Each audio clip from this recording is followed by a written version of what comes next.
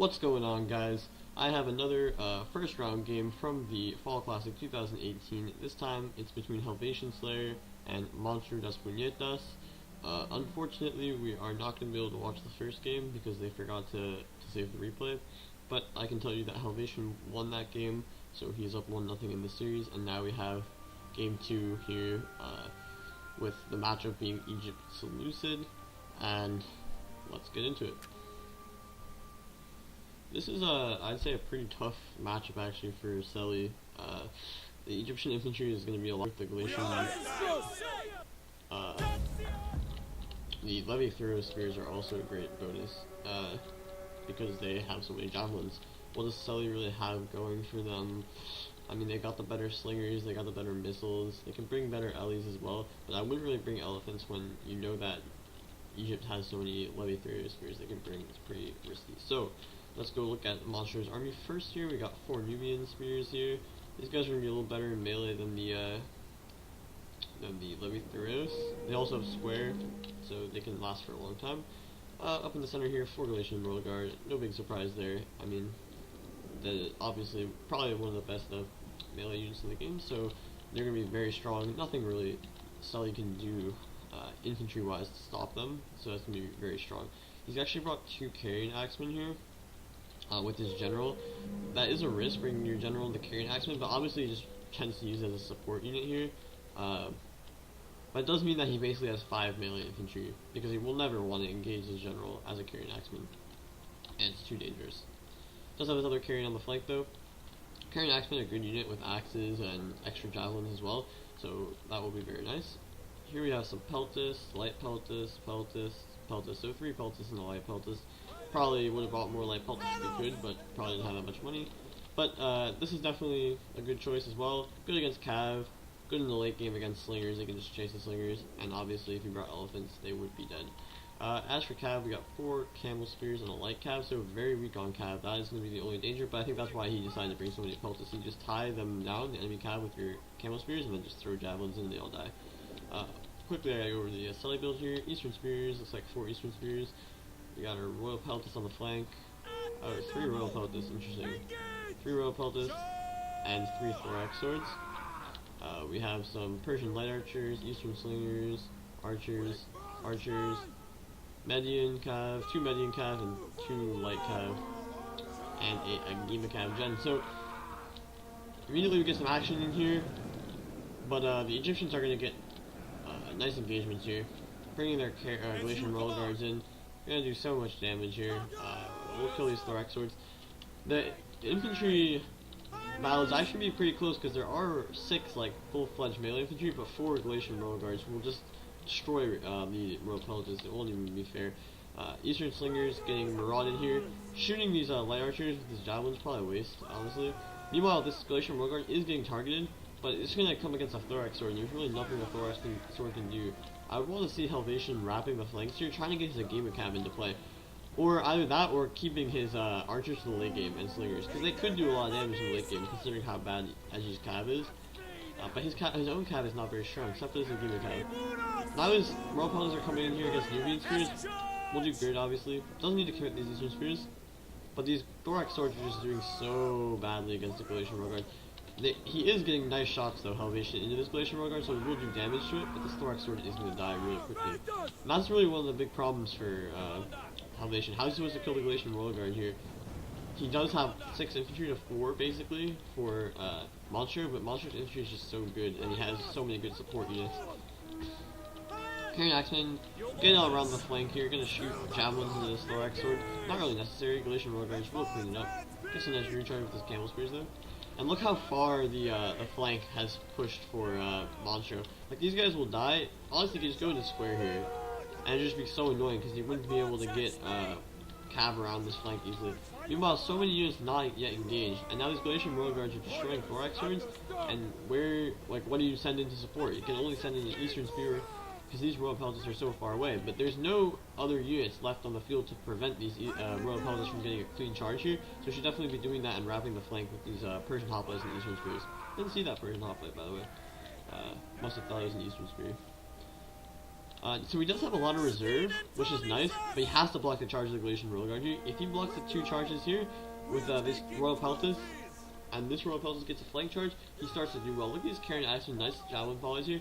However, his entire flank has been wrapped over here. I don't think, unless he can keep his guys alive for the late game, his archers and stuff, there's no way he'll be able to win this.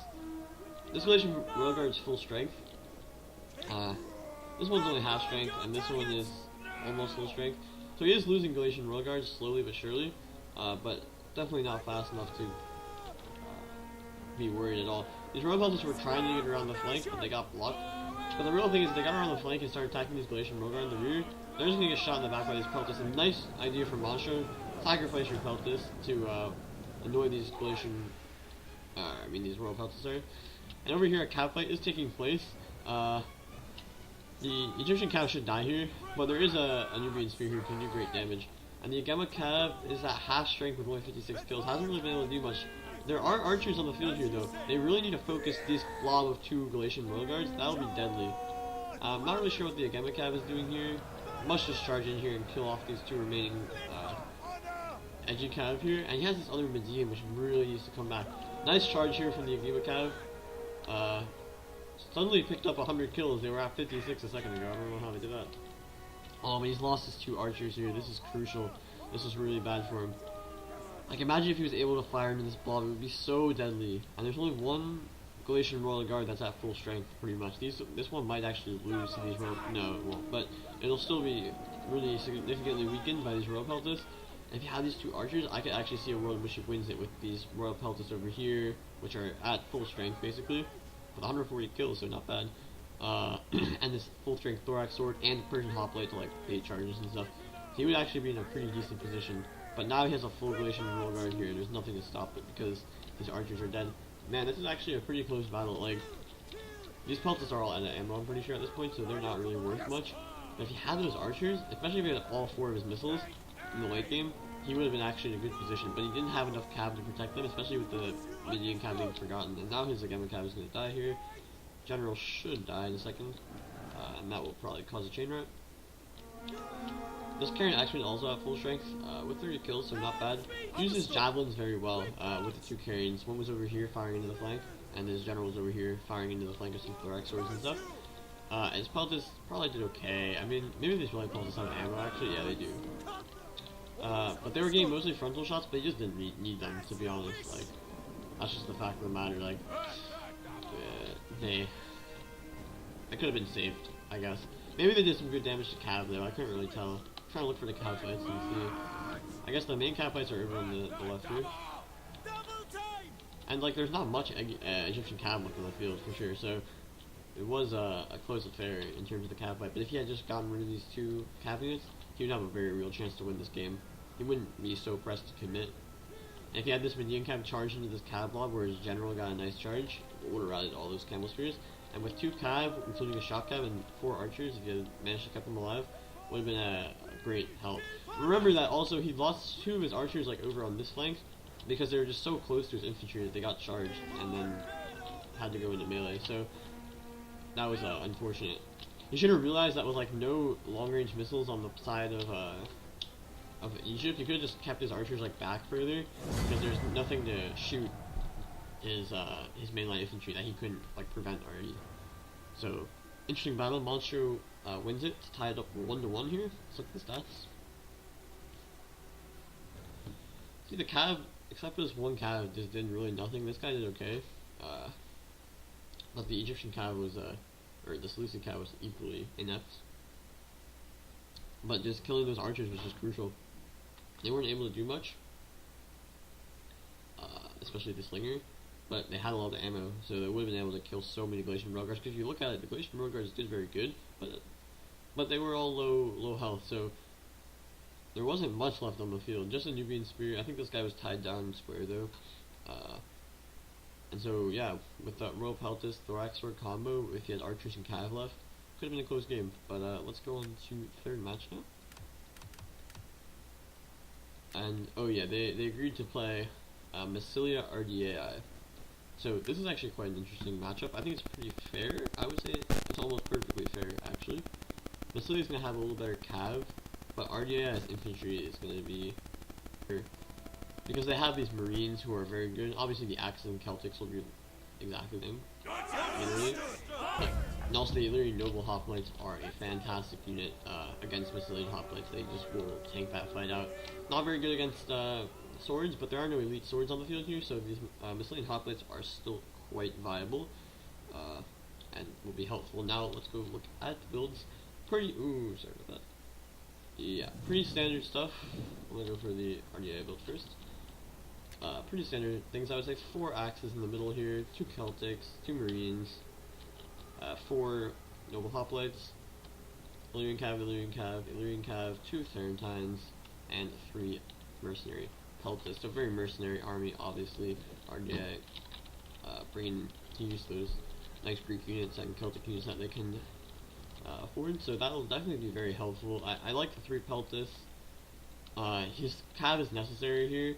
A lot of times I would just bring Mercenary Therentines as RDA and bring more Slingers and stuff, but against Massilia you're going to need some Cav to tie down the inevitable Cav that will be quite powerful if left unchecked. And these Marines are a great unit with Javelins and high bonus versus large, great stats honestly for a 550 unit, and they'll perform admirably in melee and have square as well. So let's go look at the Massilian army. We've got 2 Celtic Slingers here, probably some Peltas back here. Yeah, 2 Peltas on the flanks. Looks like 1, 2, 3, 4 Citizen and Hippeus. A lot of Cav for Massilian. I'm not really sure if he needs so much Cav, but we'll see. Thoreau Spear here, Massilian Thoreaus.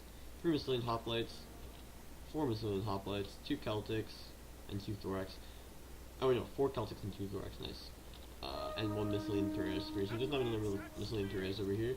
So we'll just move his Peltas to forward flank. So this is actually turning out to be a really interesting battle. I'm not sure why he's gone with Citizen Cav though. I would just go with the cheaper Massilian Cav most of the time.